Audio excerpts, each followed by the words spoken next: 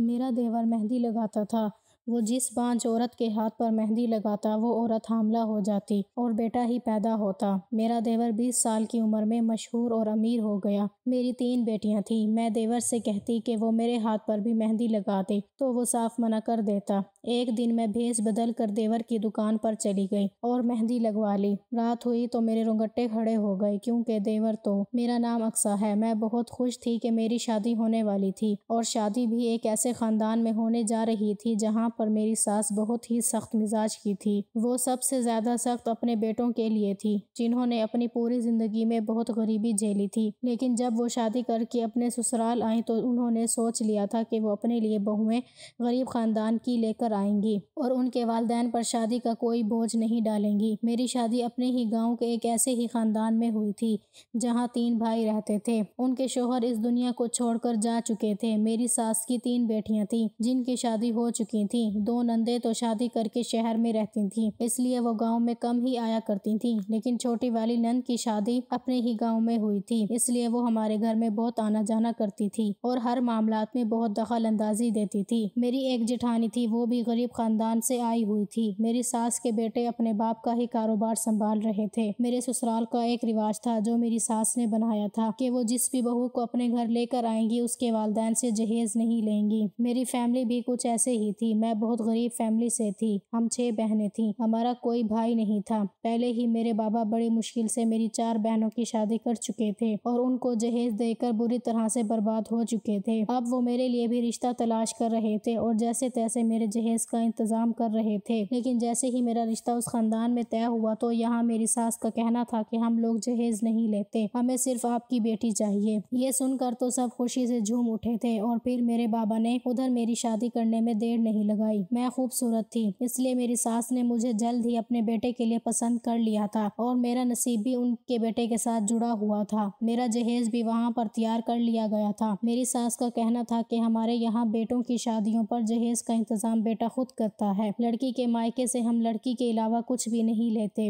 اسی لیے میرے جہیز کا انتظام بھی میری ساس نہیں کیا بلکہ میرے شوہر نے کیا تھا۔ میری ساس بڑی ہی سخت مزاج کی عورت تھی، انہوں نے ہی اپنے گھر کا یہ اصول رکھا ہوا تھا۔ ان کا کہنا تھا کہ لڑکی والے اپنی بیٹی کی شادی بھی کریں، جہیز بھی دیں، بیٹی بھی دیں اور پھر سب کے آگے سر بھی جھکائیں۔ ایک وقت تھا جب ان کے بابا نے بھی بڑی مشکل سے ان کی شادی اچھے گھر میں کرنے کے لیے یہ سب کچھ کیا تھا۔ جب ان کے گھر میں کھانے کے لالے پڑے ہوئے تھے، انہوں نے تبھی ٹھان لیا تھا کہ جب میرے بچوں کی شادی ہوگی تو میں اپنے گھر کا اصول بدل دوں گی اور کبھی بھی کسی غریب کی بیٹی جب اپنے گھر لے کر آؤں گی تو اس سے جہیز نہیں لوں گی۔ ویسے تو یہ کہیں کا بھی رواج نہیں ہے، لیکن انہوں نے اپنے بیٹوں سے پہلے ہی کہہ دیا تھا کہ اپنے لیے جہیز تم لوگوں کو خود بنانا ہوگا۔ جس بیٹے کے پاس جہیز کا انتظام ہو جائے تو وہ میرے پاس خود آ جائے تو میں اس کی شادی کروا دوں گی۔ میرے شوہر نے بھی 5 سال تک پیسے اکٹھے کیے تھے۔ گھر میں نارمل استعمال کرنے کا سامان، فرنیچر، الیکٹرانک سامان، یہ ساری چیزیں جب تک ان کے پاس اکٹھی نہیں ہو گئی تب تک انہوں نے اپنی ماں سے اپنے رشتے کی بات نہیں کی تھی، یہاں تک کہ انہوں نے اپنے لیے الگ کمرہ بھی بنایا تھا کیونکہ میرے سسرال کے گھر میں صرف ایک ہی کمرہ تھا جس کمرے میں میری ساس نے اپنے بچوں کو جوان کر دیا۔ جب میرے جیٹھ کی شادی ہوئی تھی تب انہوں نے بھی اپنے لیے خود کمرہ بنایا تھا اور اب میرے شوہر کی شادی ہوئی تو انہوں نے بھی اپنے لیے الگ سے کمرہ بنوایا۔ اس کمرے کے اندر انہوں نے سارا ضرورت کا سامان رکھا جس کی ایک عورت کو ضرورت ہوتی ہے۔ پھر اس کے بعد انہوں نے اپنی ماں سے کہا کہ اب میں شادی کرنے کے لائق ہو چکا ہوں، ماں آپ میری شادی کروا دیجئے۔ میں نے اپنی شادی کے لیے سارا بندوبست کر لیا، یہاں تک کہ شادی پر ہونے والے خرچے کا بندوبست بھی میرے شوہر نے کر لیا تھا۔ میرے والدین کی تو خوشی کے ٹھکانے نہیں تھے کہ ان کی بیٹی کا نصیب اتنا اچھا ہو سکتا ہے، اس کا سسرال بھی اچھا ہے، شوہر بھی اچھا ہے۔ میری ہی طرف کے کچھ لوگوں کو جب یہ بات پتہ چلی کہ میری ساس بنا جہیز کے اب تک 2 بہویں گھر میں لا چکی ہیں تو میرے ہی رشتہ داروں نے کہا تھا کہ اس کا کوئی دیور نہیں ہے، جس پر میرے والدین نے ان کو بتایا تھا کہ ہاں ایک دیور ہے تو، لیکن ابھی وہ کچھ کماتا نہیں ہے، ابھی تو شہر سے پڑھ کر ہی آیا ہے، جب وہ کچھ کمانے لائق ہو تو اس کی شادی تبھی ہوگی۔ میرا ایک ہی دیور تھا اور ایک جیٹھ تھا اور ایک جٹھانی۔ میری جٹھانی کے پاس 3 بیٹیاں بیٹیاں تھیں۔ جیٹھ جی کا نام عثمان، میرے شوہر کا نام رحمان اور میرے دیور کا نام عمیر تھا۔ ہمارے اس گاؤں میں کہیں پر بھی کوئی اسکول نہیں تھا، اس لیے یہاں پر جن لوگوں کو بھی تعلیم چاہیے ہوتی تھی وہ شہر جا کر پڑھ کر آتے تھے۔ میرا دیور بھی پڑھا لکھا تھا اور شہر سے بھی کمپلیٹ کر کے آیا تھا۔ ابھی تو فی الحال میرے دیور کا کوئی کام نہیں تھا، کیونکہ میری شادی سے 1 مہینہ پہلے ہی تو اس کی پڑھائی پوری ہوئی تھی اور اس کی عمر بھی میرے شوہر سے صرف 3 سال ہی کم تھی۔ وہ بھی شادی کرنا چاہتا تھا، لیکن میری ساس ابھی اس کی شادی نہیں کروانا چاہ رہی تھی۔ جب میری شادی کو لگ بھگ 2 سے 3 مہینے گزر گئے تو میں نے اس بارے میں اپنی ساس سے کہا کہ اگر عمیر شادی کرنا چاہتا ہے تو آپ اس کی شادی کروا کیوں نہیں دیتی، جس پر میری ساس اور جٹھانی ہنسنے لگی۔ انہوں نے کہا کہ بیٹا ابھی وہ پڑھائی کر کے آیا ہے، پہلے کوئی اچھی نوکری کرنے لگے پھر میں اس کی شادی کروا دوں گی۔ جب یہ ساری باتیں ہم لوگ کر رہے تھے تب میرا دیور وہیں پر موجود تھا۔ وہ اپنی ماں سے کہنے لگا کہ ماں میں کل ہی شہر جا رہا ہوں اور کوئی نوکری تلاش کروں گا۔ میری ساس نے کہا کہ بیٹا ابھی تو تمہاری پڑھائی پوری ہوئی ہے، تم شہر میں رہ کر اپنی پڑھائی پوری کر آئے ہو اور اب تم نوکری بھی شہر جا کر ہی کرنا چاہتے ہو، کوئی ضرورت نہیں ہے جا کر نوکری کرنے کی، یہیں پر کوئی نوکری تلاش کرو۔ یہ بات سن کر میرے دیور نے اپنی ماں کو جواب دیا کہ ماں مجھے یہاں کوئی اچھی نوکری نہیں ملے گی، میں اتنا پڑھا لکھا ہوں، میں شہر میں ہی نوکری کرنا چاہتا ہوں۔ میرا دیور ضد کرنے لگا تو مجبوراً میری ساس نے اسے شہر نوکری کرنے کی بھی اجازت دے دی تھی۔ اس بار جب وہ شہر سے 1 مہینے کے بعد آیا تو اچھے خاصے پیسے کما کر لایا تھا۔ میری ساس نے اس سے پوچھا بھی تھا کہ تم اتنے پیسے کیسے کمانے لگے ہو، آخر شہر میں ایسی کون سی نوکری کر رہے ہو؟ تو اس نے بتایا کہ ماں میں شہر میں مہندی لگاتا ہوں، وہاں پر میری بازار میں ایک دکان ہے جہاں مجھے اچھے خاصے پیسے مل جاتے ہیں۔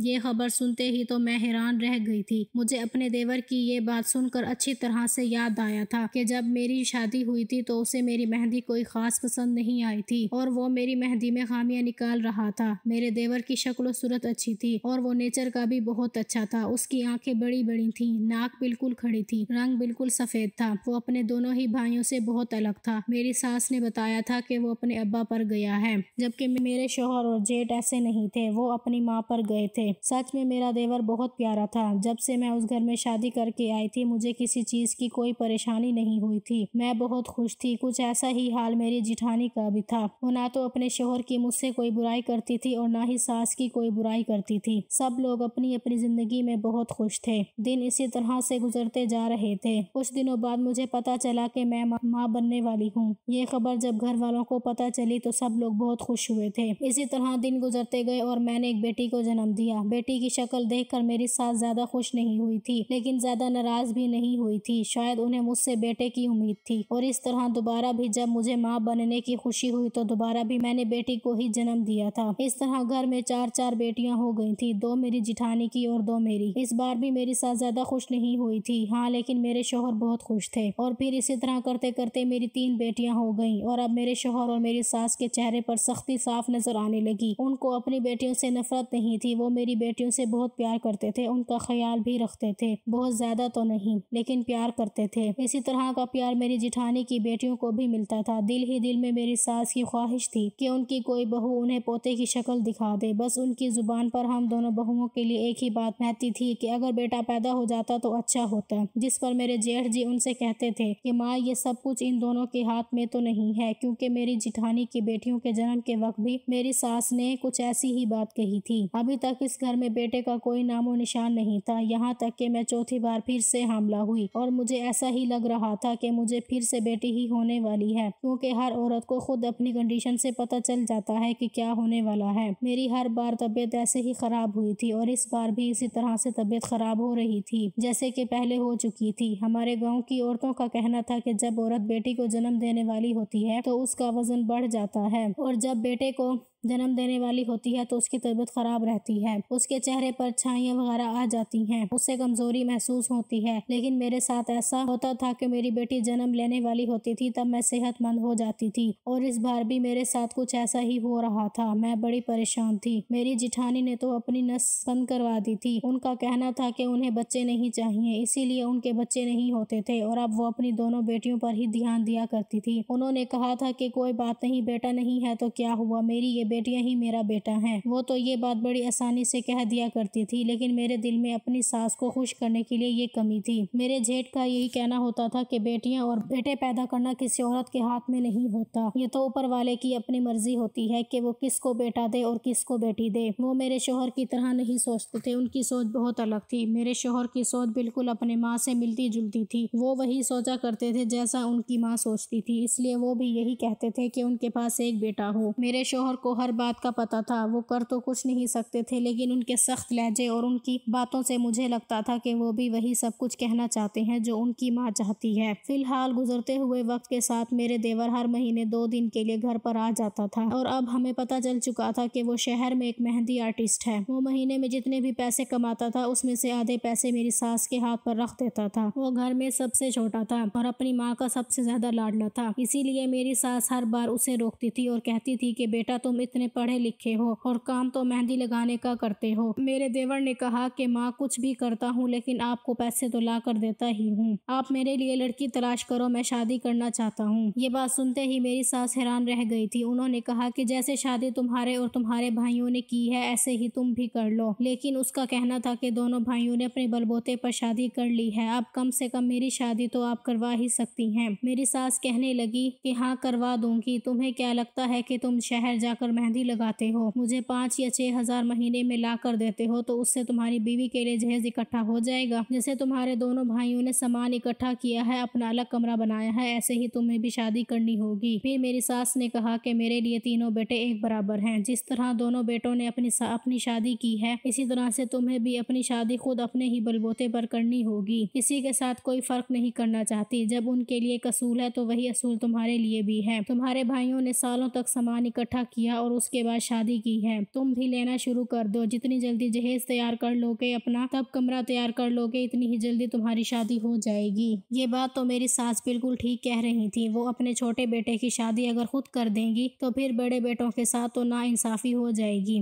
یہاں اس گھر میں میرے دیور سے زیادہ پڑھا لکھا کوئی نہیں تھا، میرے شوہر اور میرے جیٹھ بھی اپنے ابا کا ہی کاروبار سنبھال رہے تھے اور اسی کام میں سے پیسے جوڑ جوڑ کر ان لوگوں نے اپنی شادی کا بندوبست کیا تھا۔ اب میں اور میری جٹھانی سوچ رہے تھے کہ عمیر تو صرف مہندی لگاتا ہے، اگر وہ چاہے تو کوئی اور اچھی نوکری بھی ڈھونڈ سکتا ہے اور اپنی شادی جلد سے جلد کر سکتا ہے، مگر وہ اپنا کام بدلنا نہیں چاہتا تھا۔ اپنی ماں کی باتیں سن کر میرے دیور کو غصہ آ گیا اور اس نے کہا کہ ٹھیک ہے ماں، میں پیسوں کا انتظام کرتا ہوں۔ میں نے سوچا کہ اس بار وہ ضرور مہندی لگانے کا کام چھوڑ کر شہر میں کوئی اچھی نوکری تلاش کر لے گا، اگلے مہینے جب وہ آئے گا تو شاید زیادہ پیسے لے کر آئے گا، لیکن اگلے مہینے جب وہ آیا تو اس کے پاس پہلے کے جتنے پیسے بھی نہیں تھے، بلکہ وہ تو بہت بیمار ہو گیا تھا اور اس بار وہ مہینہ پورا ہونے سے پہلے بھی آ گیا تھا۔ میری ساس اس کے لیے بہت پریشان ہوئی تھی۔ میرے شوہر اور جیٹھ نے اس کا گاؤں میں ہی علاج کروایا، اسے ملیریا ہو گیا تھا۔ میری ساس اس کی طبیعت خراب ہونے سے بہت ڈر گئی تھی، پھر کچھ دن بعد وہ ٹھیک ہو گیا تو پھر سے شہر جانے کی ضد کرنے لگا، لیکن میری ساس نے کہہ دیا تھا کہ اب تم کہیں نہیں جاؤ گے، جو بھی کرنا ہے یہیں رہ کر کرو گے۔ وہ بار بار یہی کہتا تھا کہ یہاں رہ کر میں کوئی نوکری نہیں کر سکتا۔ میری ساس کہنے لگی ویسے بھی تم کوئی اتنی خاص نوکری نہیں کرتے ہو، مہندی ہی تو لگاتے ہو، وہ تم یہاں پر بھی لگا سکتے ہو، اب میں تمہیں کبھی شہر نہیں جانے دوں گی، وہاں تمہارا خیال رکھنے والا کوئی بھی نہیں ہے۔ میرا دیور کچھ دنوں تک تو یہاں خالی پڑا رہا تھا، لیکن اس کے بعد پھر بھی اس نے کوئی اور نوکری تلاش نہیں کی، وہ اب ہمارے گاؤں کے بازار میں جا کر اپنی مہندی کی دکان کھولنے لگا تھا اور وہاں پر مہندی لگانے لگا تھا۔ اس پر ہم سب لوگ ہنسنے لگے تھے کہ بھلا اس سے یہاں کون مہندی لگوائے گا اور مہندی لگا کر وہ کتنے پیسے کما سکتا ہے، اس طرح تو اس کی شادی میں صدیوں لگ جائیں گے۔ میری ساس بھی اپنے بیٹے کے اس کام پر ہنس رہی تھی، انہوں نے کہا کہ بیٹا اس طرح تو مجھے لگتا ہے کہ اس جنم میں تمہاری شادی کبھی نہیں دیکھ پاؤں گی،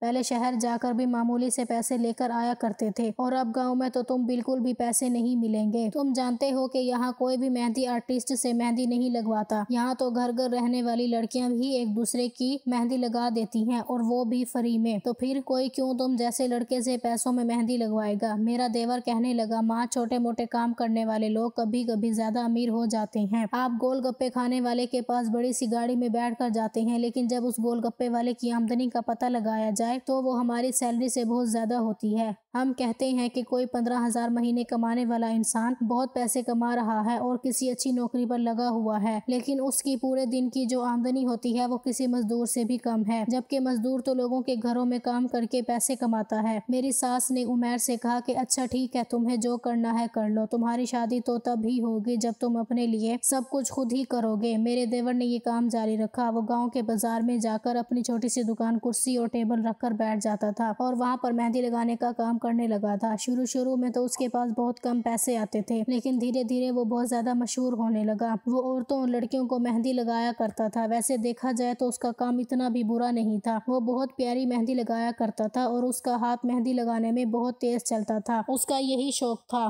لیکن یہ شوق مجھے تھوڑا عجیب لگتا تھا کیونکہ مہندی زیادہ تر تو لڑکیاں لگاتی ہیں۔ ایک دن ایسا ہوا کہ اس نے گاؤں کی ایک شادی شدہ عورت کو مہندی لگائی جو کہ بانجھ تھی اور اس کے یہاں اولاد پیدا نہیں ہو رہی تھی۔ اس کے ہاتھ کی مہندی لگوانے کے بعد ہی اسے خبر ملی کہ وہ ماں بننے والی ہے، جبکہ وہ 10 سال سے بانجھ تھی۔ اس نے کہا کہ میں نے تو اپنے ہاتھوں پر اس لڑکے سے مہندی لگوائی، تبھی مجھے ماں بننے کی خبر مل گئی۔ اس طرح یہ بات مشہور ہونے لگی کہ وہ جس بانجھ عورت کے ہاتھوں پر مہندی لگاتا ہے اس کو اولاد کی خوشی ملتی ہے اور اولاد بھی بیٹے کے روپ میں ملتی ہے۔ مجھے لگا کہ یہ سب بیکار کی بات ہے، کچھ نہیں ہوتا، لیکن ہر دوسرے تیسرے گھر سے یہی بات اور یہی آوازیں آ رہی تھیں کہ جس مہینے میرے دیور سے وہ لوگ مہندی لگواتی ہیں اسی مہینے انہیں ماں بننے کی خوشی مل گئی۔ میرے یہاں بھی بچہ پیدا ہونے والا تھا کیونکہ میں چوتھی بار حاملہ ہوئی تھی۔ جب آخری وقت آیا تو میں نے پھر سے بیٹی کو جنم دیا، مطلب کہ چوتھی بیٹی، جو کہ اب 2 مہینے کی ہو چکی تھی اور میں بہت زیادہ پریشان تھی۔ میرا دیور تو 20 سال کی عمر میں ہی گاؤں میں بہت زیادہ مشہور ہو گیا تھا۔ اس کے پاس پیسوں کی بھی کوئی کمی نہیں تھی کیونکہ جس عورت کے یہاں بھی بیٹا پیدا ہوتا تو پھر میرے دیور کو خوشی میں کوئی نہ کوئی مہنگا تحفہ دے دیا کرتی تھی، اور اب تو میرے دیور نے مہندی لگانے کا چارج بھی بہت زیادہ کر دیا تھا۔ عورتیں دور دور سے اس سے مہندی لگوانے کے لیے آ رہی تھیں۔ میری ساس نے ایک دن اس سے کہا کہ تم مہندی لگاتے ہو یا کوئی جادو کرتے ہو جو یہ سب کچھ ہو رہا ہے؟ تو دیور نے کہا کہ جادو تو نہیں کرتا ہوں، لیکن یہ سب ہو رہا ہے اس میں کوئی شک نہیں ہے۔ گاؤں کے لوگ میرے رشتے دار نہیں ہیں جو میرے لیے جھوٹ بولیں گے، آپ خود جا کر کسی سے بھی میرے بارے میں معلوم کر سکتی ہو۔ اس کی بات پر میری ساس خاموش ہو گئی کیونکہ 2-3 عورتیں میری ساس کے پاس بھی آئی تھیں اور اس کے بارے میں بتا کر اس کی بہت تعریف